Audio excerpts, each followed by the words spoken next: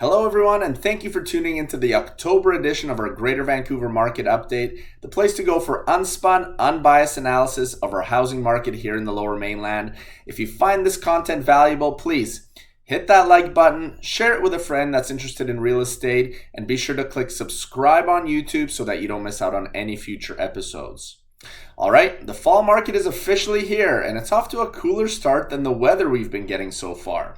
In what is typically the second busiest time of the year in real estate, activity has really stumbled out of the gate thus far, which has created challenges for some and opportunities for others. To break it all down, let's take a closer look at the numbers.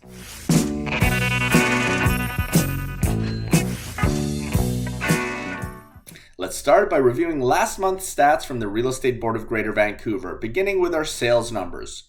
There were just 1,926 transactions throughout the region last month, which is a 16.1% drop from the volume we saw in August.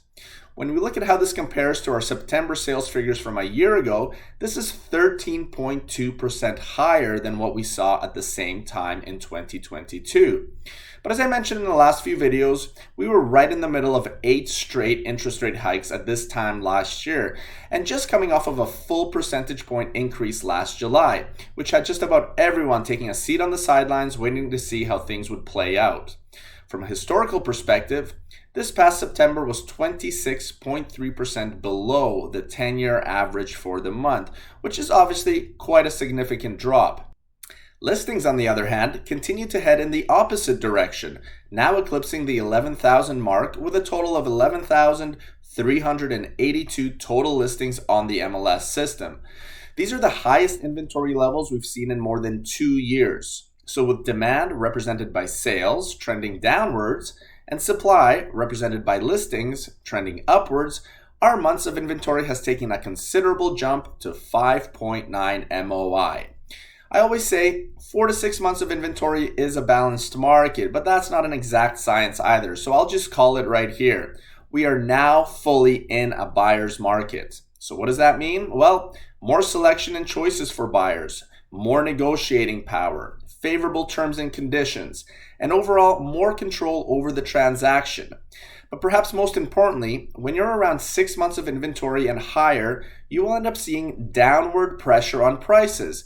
And that's reflected in the home price index dropping by 0.4% down to 1.2 million. And as you can see here on the graph, this is the second consecutive month where prices have officially began to dip, albeit very marginally, at least according to our board's pricing model. But does this line up with what we are seeing in day-to-day activity in the industry? Well, for that, let's take a closer look at what's happening boots on the ground.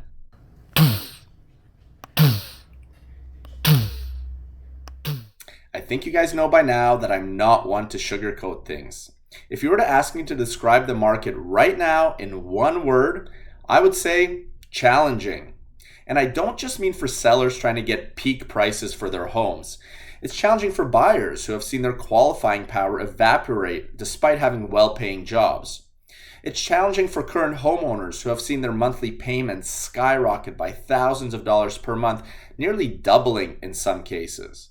It's challenging for folks who need to move because of job relocation or life circumstances, but being unable to do so because if they sell, they won't be able to qualify for the same type of home. It's challenging for renters who have been told that their home is being put on the market because their landlord is losing hundreds, sometimes thousands of dollars per month, and now they need to face the reality that they will most likely need to re-enter the rental market and see their monthly rent skyrocket. So let's talk about some of these scenarios. First, sellers. Right now, when someone comes to us asking for a price evaluation, I basically have to give them 2 figures. One is what I think their home is worth based on recent sales and comparables. The second figure is what they actually need to price it at in order to move the product. And these 2 numbers are trending further and further apart. With the price of borrowing where it is and the increased competition in the market, sellers in many areas literally need to incentivize buyers in order to sell. The other incentive that we're starting to see pop up is sellers offering buyers the chance to assume the seller's mortgage if they have a really good rate locked in for a few more years. Now, not all mortgage products allow for this to happen, but if you have one that does, it can be a huge advantage. And if this is not something that you can offer, then ultimately it will come down to a price game. And if you're pricing a property based on comparables from 3 to 4 months ago, your home will simply be sitting on the market. The other thing that we're seeing is people wanting to move, but being unable to do so because when they go to requalify for their new home, they won't be able to get the same sized mortgage and therefore not be able to get the type of home that they actually need. We've had a few clients in this scenario in recent months, unfortunately, so they feel stuck and trapped. Back during the peak of the COVID bull market, you could take your annual taxable household income and figure out how big of a mortgage you could get by multiplying it by 6 or even 6.5. So if you make $100,000, you could get a mortgage for $650,000 plus your down payment amount. Now that figure is around 4 times, meaning that based on the example I just gave you, a $100,000 household income can only qualify for a $400,000 mortgage. That really eliminates a lot of options in our part of the world. And then there's renters. So look, investors often get a bad rap when people talk about the housing crisis. But the fact of the matter is that investors supply a lot of our rental inventory. But with many of them now trying to offload their rental units, this puts renters in a really tough spot. You see, there aren't very many investor buyers out there right now because at the current rates, the numbers just don't make sense. Which means when a tenanted property does sell, it's likely being bought by an end user. This in turn means that the renter is being given 2 months notice to move out and find a new home, only adding to the woes of the rental market.